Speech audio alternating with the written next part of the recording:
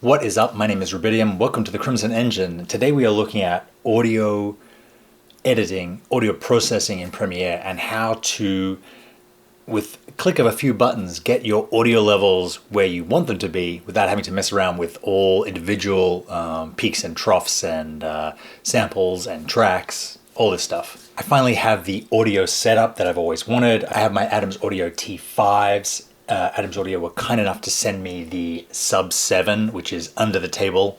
So now I have some beautiful bass to go with my really high-end monitors, and never been happier. I'm able to discover what the audio will sound like in my videos, in my films. And when I played one of my films the other day at Canon Burbank's 4K cinema projector, Dolby balanced sound system, it sounded exactly like I thought it would. I didn't have any nasty surprises of different levels. So yeah, I can't speak highly enough about Adams Audio and the gear that they make. But without further ado, let's jump to Premiere. Here we are in the assembly tab of Premiere. Let me make this really big. So what I'm going to do is hit play and you'll hear this audio clip. Welcome to the Crimson Engine. My name is Rubidium. Today we're looking at using a multiband compressor to get your audio levels looking the right way.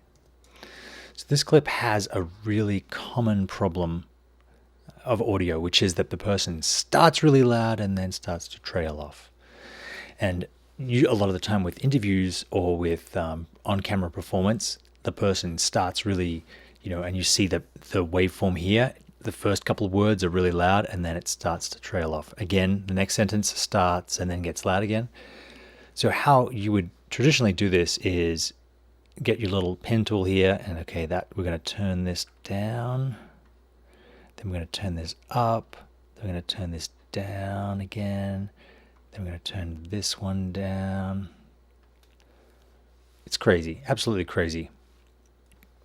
What if I told you there was a way to do this automatically? But it's not particularly obvious.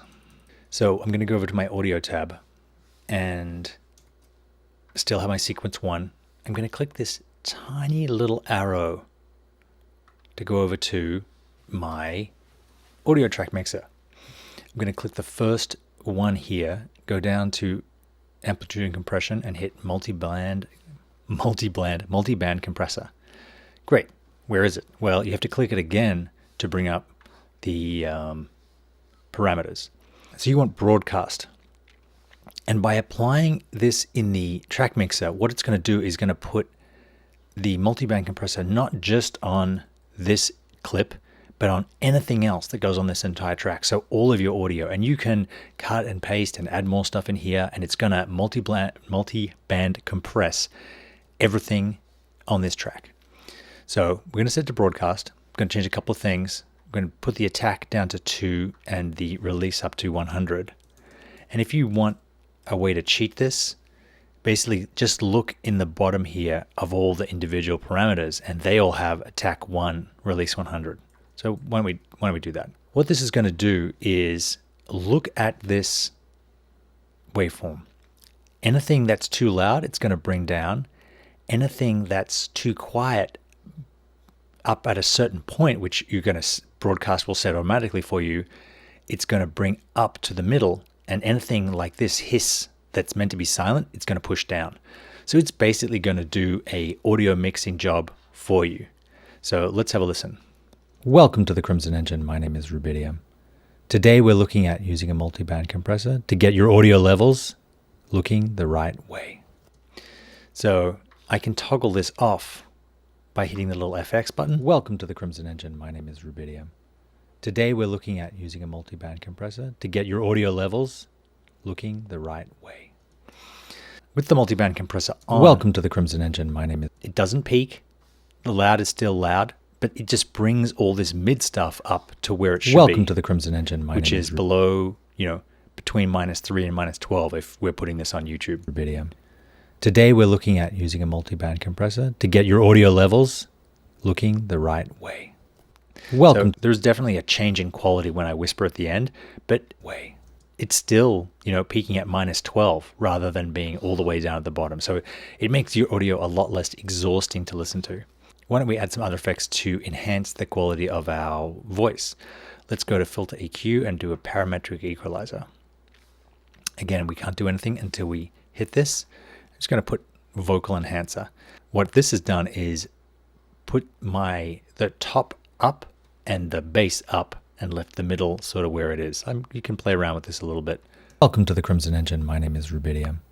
Today we're looking at using a multi-band compressor to get your audio levels looking the right way. So you can see it's subtle, but audio mixing and editing usually is. It's just going to add a little bit more bass and a little bit more top to my voice and just make it sound a little fuller, just so that it kind of cuts through whatever you've got going on in the background.